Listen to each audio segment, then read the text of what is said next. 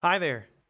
My name is the VR Preacher, and I want to welcome you to my very first live show up on the big stage of Twitch, YouTube, Facebook, and there's going to be more coming down later on, maybe to a website and also to Twitter or Periscope, however you like to call it. So, welcome to my live stream.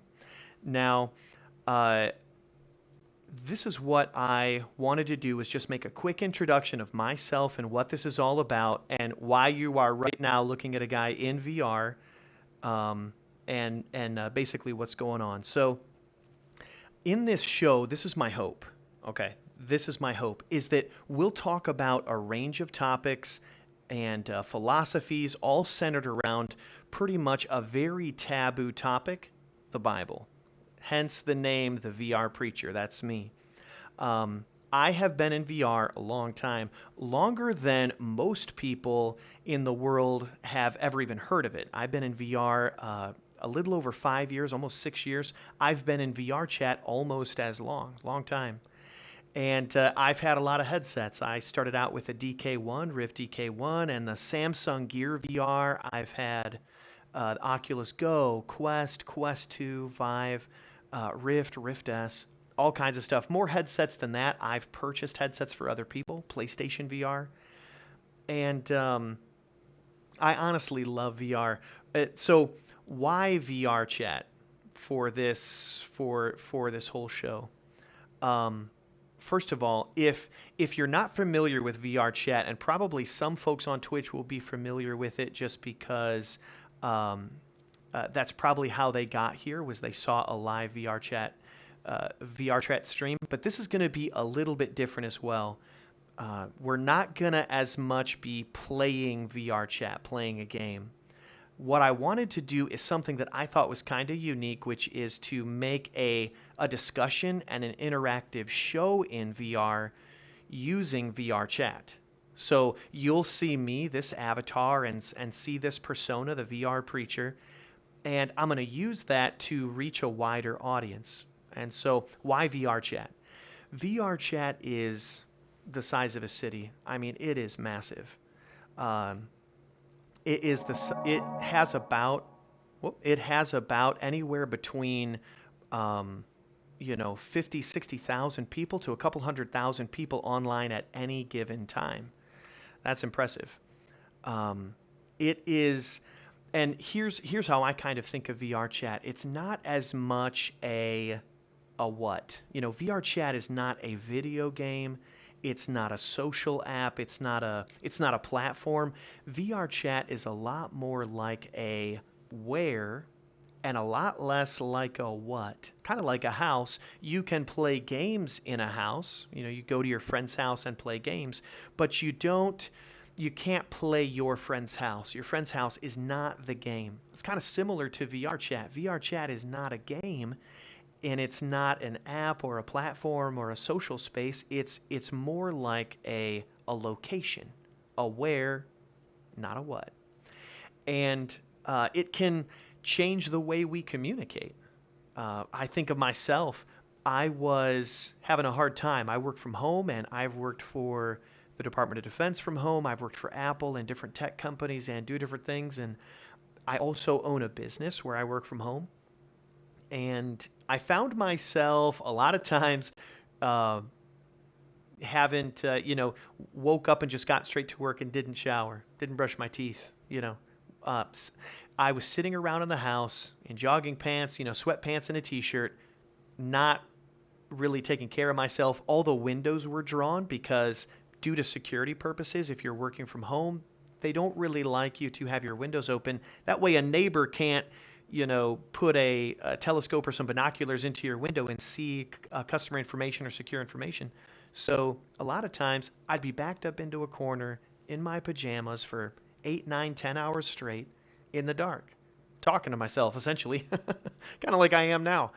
And so I wanted to find a unique way to work from home because, especially during COVID, I started to actually work from home in VR chat. I developed a way to use overlays and things like that to take the place of monitors. And then I kind of taught myself how to work from home. I use a virtual keyboard and some hand tracking or different things, controllers. And it was so that I could break up the monotony. And because VR chat is so large, I could go sit in a restaurant or a cafe or be, climbing a mountain or watching the sunrise from Mars in VR chat. All the while I can be working and being productive and getting stuff done. And I kind of have some of those water cooler moments where I get to talk to people and have a good time. And then when work pops up, I can just pop up a big overlay, start typing, talking, and doing that kind of thing. So it's also where I started my Bible study. So I'm a Christian, obviously, the VR preacher. I go to church in real life, and I noticed along the way that, especially during COVID, there is a physical side to humanity that as humans, as people, we want to try to nurture. If we let it go, it doesn't matter what weight you are, what height, or what level of physical fitness. there's a part of us that needs a connection to the physical world. Get outside, get some sunshine on your face, get some fresh air, drink some fresh water, listen to the birds chirp, stuff like that. There's a physical side to people. There's also an emotional side. You don't want to always be scared or even always be elated, through the roof excited. You got to have those times where you balance emotion. And then there's another side to humanity that a lot of people forget about, and it is the spiritual side. I'll give you some examples. Have you ever been listening to a really powerful song or a piece of music, and it's just the way the instrument hits or the beat's hitting or something like that, and you get a spiritual connection to the music, almost makes you want to cry. You look at a beautiful piece of art, so I just got back from my honeymoon. I just got married to my beautiful wife, woman of my dreams, and we spent 2 weeks in Hawaii. Now, I'm from Michigan, from the United States. I'm from a bunch of different states. I currently live in Michigan. And so going to Hawaii was a huge change. And I thought, man, when I first got there, I thought, man, this is beautiful, absolutely beautiful. So there was a spiritual connection when I saw some of those things, the mountains. We were on the Big Island in Kona. And if anybody's ever been, you know exactly what I'm talking about. If you haven't been, go. If you ever get a chance, go. I certainly felt blessed and privileged to be able to go to a place like that, to Hawaii, and to be with my wife, and we got to get to know each other. But there is another type of spiritual food that we can get as well, from deep discussions, from friendships, from relationships that we have with each other.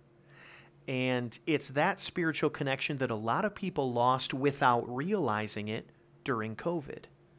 And so I decided I was going to start a Bible study. We'll talk about that more in a sec, but I decided I was going to start a Bible study. And so I wanted to bring a little bit of a deeper conversation to VR. And I saw the potential. So I don't just like VR or love it. I believe in it. I honestly think it can change the way that we educate ourselves, or that we look at education, that we look at employment opportunities, that we look at socialization, and so much more. It has so much potential. And so, as well, the reason that I want to stream from VRChat is because doing real things from inside, uh, what looks like a video game is pretty cool. I mean, it still has that feeling to it. So anyway, why do it live?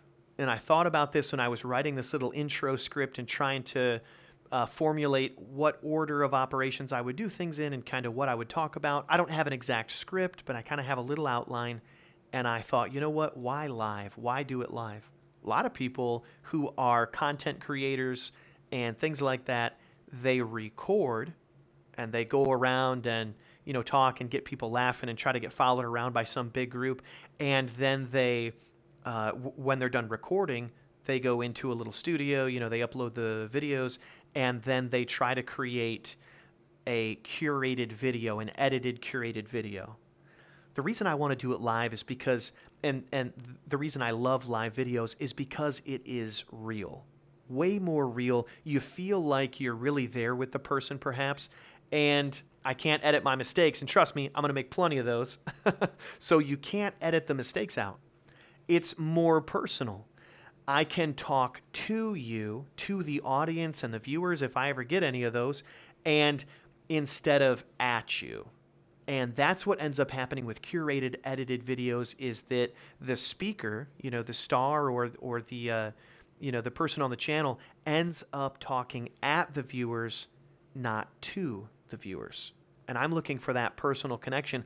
A lot of times when we're doing these, it's going to feel more like a conversation and less like me just up here talking at you, kind of like I'm doing now. The goal of this video and this stream and these new channels that I have is to have meaningful discussions about religion, about the Bible, about philosophy, about a variety of topics. And it's also to get the word out. What I've noticed is this. A lot of people think they know what the Bible says. Maybe they've read a couple verses. Maybe they went to church when they were a kid. Maybe they Googled a couple of things and, to see if this was true or if that was true. But very few people actually read the Bible on a daily basis or actually study it and know what it says for sure. I hear a lot of people say, well, doesn't the Bible say, spare the rod, spoil the child? It doesn't. But a lot of people think that it says that. A lot of people think, well, there were 3 wise men. Well, there weren't. There were just 3 gifts. There's a lot of things that people take for granted about the Bible as well, and we'll talk about some of that stuff. But I thought it would be super interesting, at least it is to me, to learn a little bit of history of the Bible and to talk about some topics. Some of the different topics that we're going to talk about is, and I have a kind of list in my mind that I'm running through, is maybe it's just tech advice in VR. Maybe it is an interview with somebody who's recently become a Christian or who comes to the Bible study regularly. Maybe they have an interesting story or a past situation that they want to talk about how God helped them through it.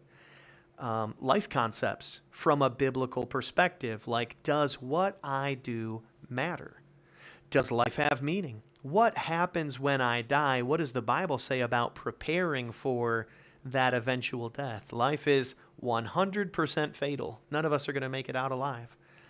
What happens when we die? What is love? I'm going to do a whole series on that. What is love? What does it mean? Because I think a lot of people mistake the word love for other stuff like affection. People say, I love pizza. Man, I love that movie. But we have in our lexicon, in our normal vernacular, the common tongue, we have exchanged the word love for other things like or affection, or, I really sincerely have affection for this, or it appeals to me. And so we say, man, I love that. But that's not what love means. Are we in a giant VR simulator now? And does the Bible say anything about that? We'll talk about that too. There's going to be tons of topics, science in the Bible, other stuff. Does God care how I spend my time, my money, how I use my stuff, the things you acquire in life? Does God care about that? To be a whole series on that as well. Forgiveness, dealing with stubborn habits. Just to get back to who I am a little bit and why you might want to even listen to me or not. Like, who is this crazy guy in VRChat with this weird avatar, this human-looking avatar? I went to Bible college when I was younger. I actually went to seminary, studied pastoral theology, left Bible college, and eventually joined the military shortly after. And I was in the medical field, in the STEM field. When I got out of the military, I did not go back into pastoral theology or to be a pastor of a church. I worked at Apple and at other tech companies. Then I became an independent contractor for the Department of Defense and for other places. And now I'm here, still an independent contractor, still doing tech stuff in the IT field, still in the STEM field.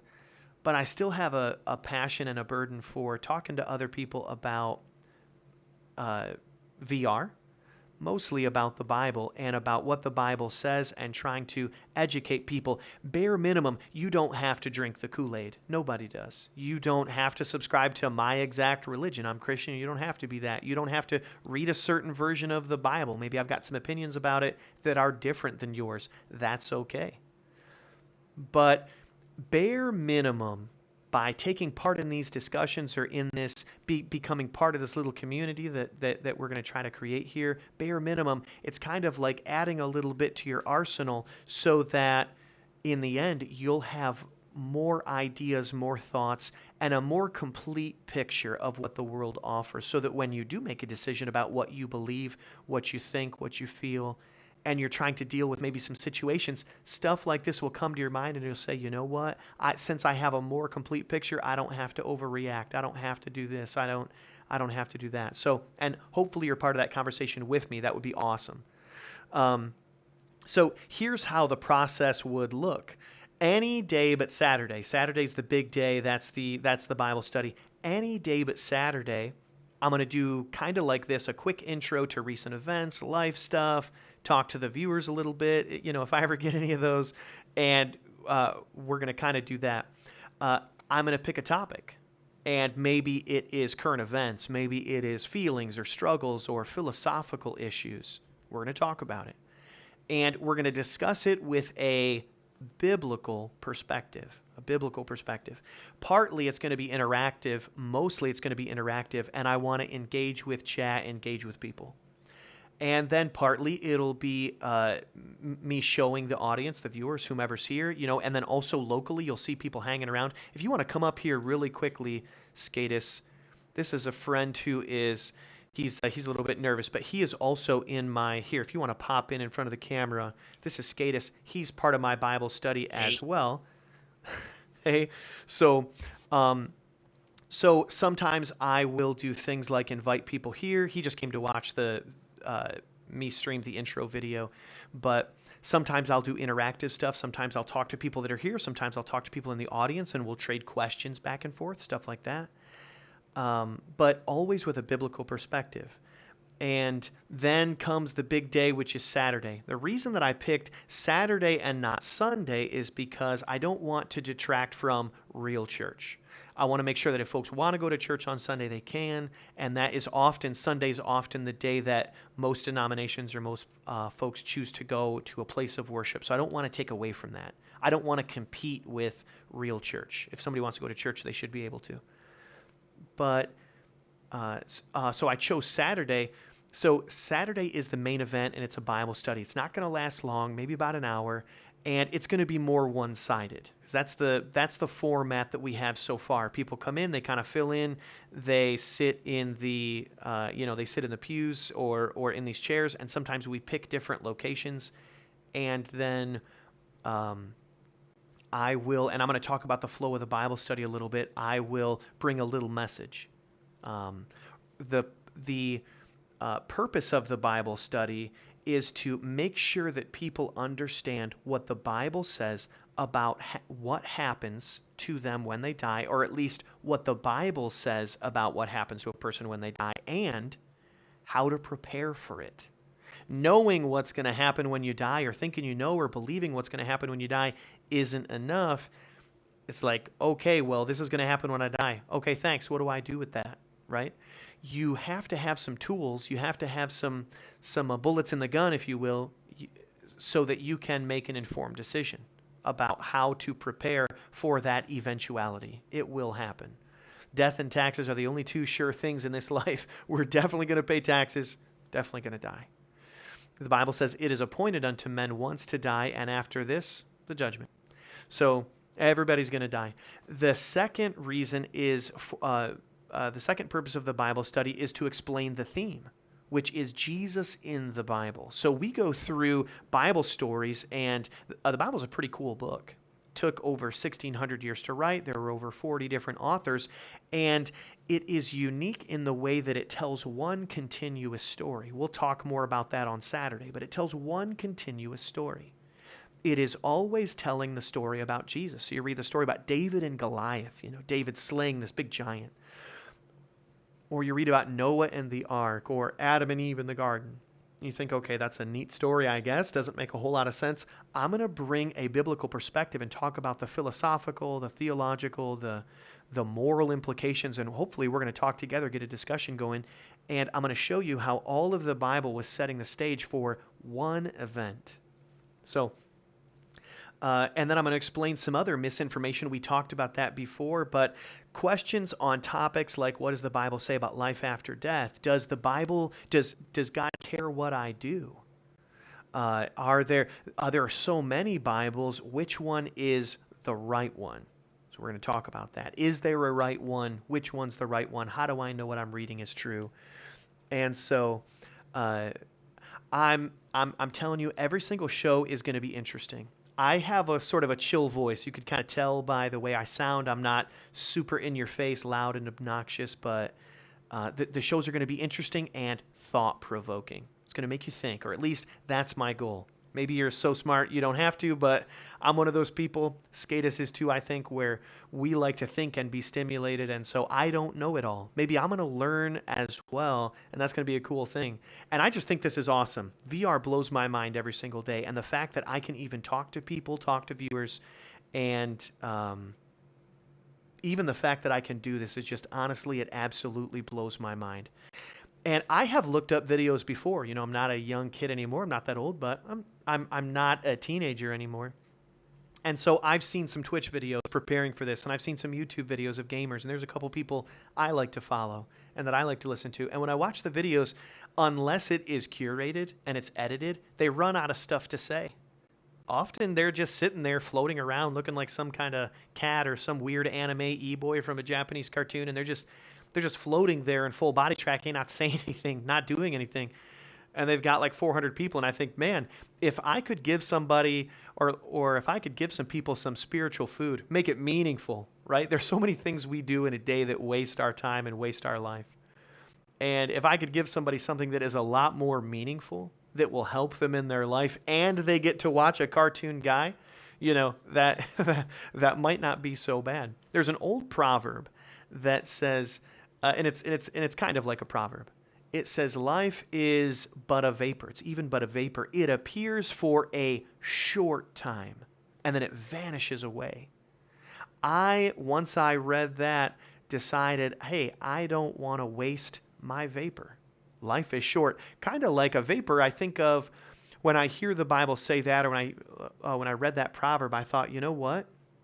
Interesting.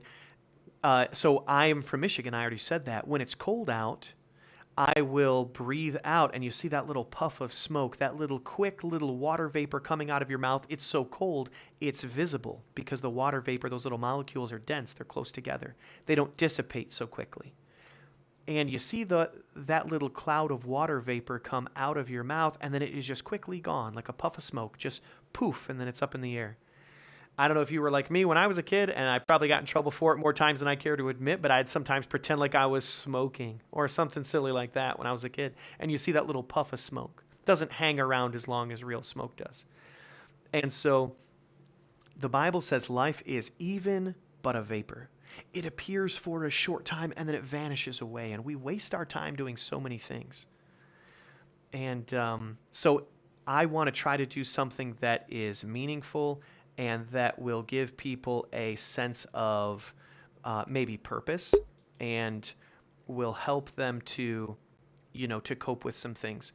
So anyway, I am excited to be doing this. If it sounds interesting, okay, and I've already got a bunch of topics picked out, a bunch of shows written. If it sounds interesting to you, and I hope it does, make sure to subscribe, follow my channel, and hit the bell if you're on YouTube or on Twitch. Follow me, and so that when I'm live, you don't miss it. I'm going to try to stream about 3, 4, sometimes even 5 days a week. Now that's a lot, and I have thought long and hard about what I'm signing up for, and I think I'm ready.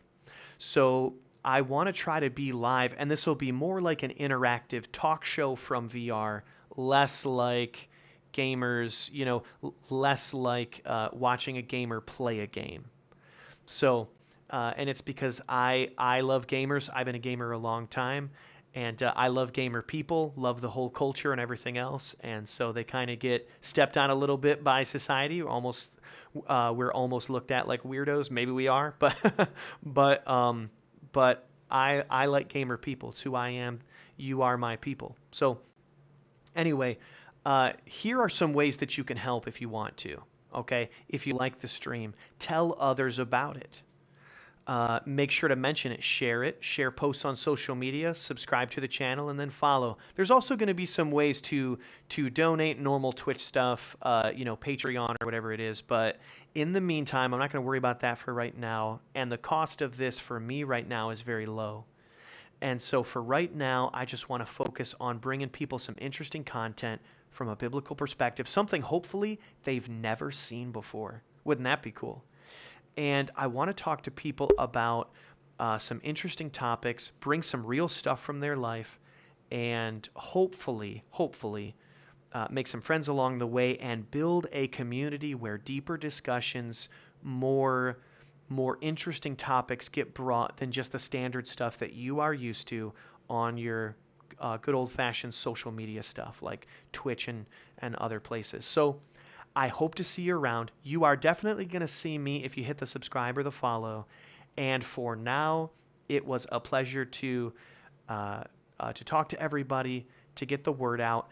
Be looking for me tomorrow. That's going to be the first time that I do anything as far as streaming to these new platforms that I have under the VR Preacher. Like I said, I have a Bible study every Saturday at 3 p.m. Eastern Standard Time. So that's on the East Coast of the United States, Eastern Standard Time. So if you live in California, that's noon. If you live from, Ohio or Wisconsin, Central Time Zone down, that's 2 p.m. And then there's Mountain Time, that's 1 p.m. If you live in the mountains or in Arizona or somewhere like that, that's Mountain Time. And then if you're all the way over on California or on the West Coast there, so, and if you like, you can just type in or just ask Google or Siri or Alexa, what time would it be here if it was 3 p.m. Eastern Standard Time? So, anyway, I look forward to seeing everybody, talking with everybody. I've got a lot of interesting topics in the works, in the pipe. So be on the lookout for that. And until then, it was an absolute pleasure. Thank you so much for